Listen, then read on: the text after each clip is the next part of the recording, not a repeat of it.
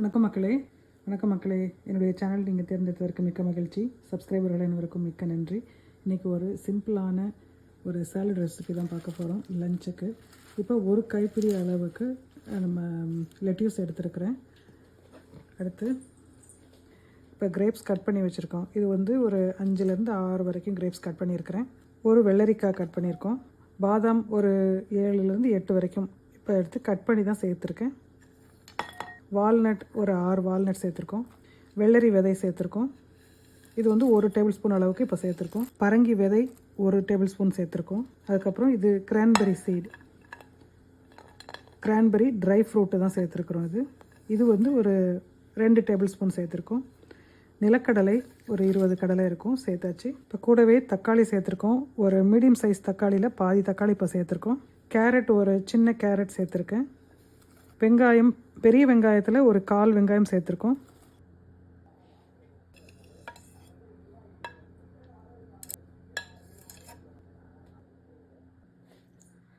Avocado ready பண்ணியிருக்கோம். குவாக்கமோலி இது வந்துட்டு நான் 1 ஸ்பூன் அளவுக்கு சேர்த்துக்கிறேன். உங்களுக்கு ஜாஸ்தி வேணும்னாலும் நீங்கள் ஜாஸ்தி சேர்த்துக்கலாம். இப்போது எல்லாத்தையும் நல்லா மிக்ஸ் பண்ணிடலாம். நல்லா மிக்ஸ் பண்ணிடலாம்.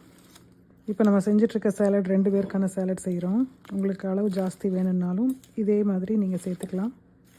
இல்லை நீங்கள் கம்மியாக சேர்த்துக்கணுன்னாலும் இதிலேருந்து பாதி அளவு சேர்த்துக்கலாம். ஒரு தடவை சாப்பிட்றதுக்கு ஒருத்தருக்கு மட்டும் செய்கிற அளவுக்கு சேர்த்துக்கலாம்.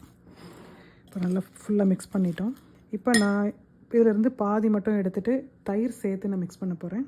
இப்போ ட்ரெஸ்ஸிங்காக நான் ஒரு ஸ்பூன் தயிர் சேர்த்துக்கிறேன். இப்போ நல்லா மிக்ஸ் பண்ணிவிட்டு இது ஒருத்தருக்கான லஞ்ச் இப்போ இது ரெடி பண்ணியிருக்கோம். இப்போ தயிர் வந்து ட்ரெஸ்ஸிங்காக சேர்த்துருக்கிற சாலட் ரெடி ஆகிடுச்சு. அடுத்து மிச்சம் பாதி இருக்கக்கூடிய சாலடில் ரேன்ச் சேர்க்க போகிறோம். 2 ஸ்பூன் அளவுக்கு ரேன்ச் சேர்க்குறோம். இப்போ எல்லாத்தையும் நல்லா மிக்ஸ் பண்ணிடலாம். இதுதான் எங்களுடைய இன்றைக்கி ஹெல்த்தி லஞ்ச்.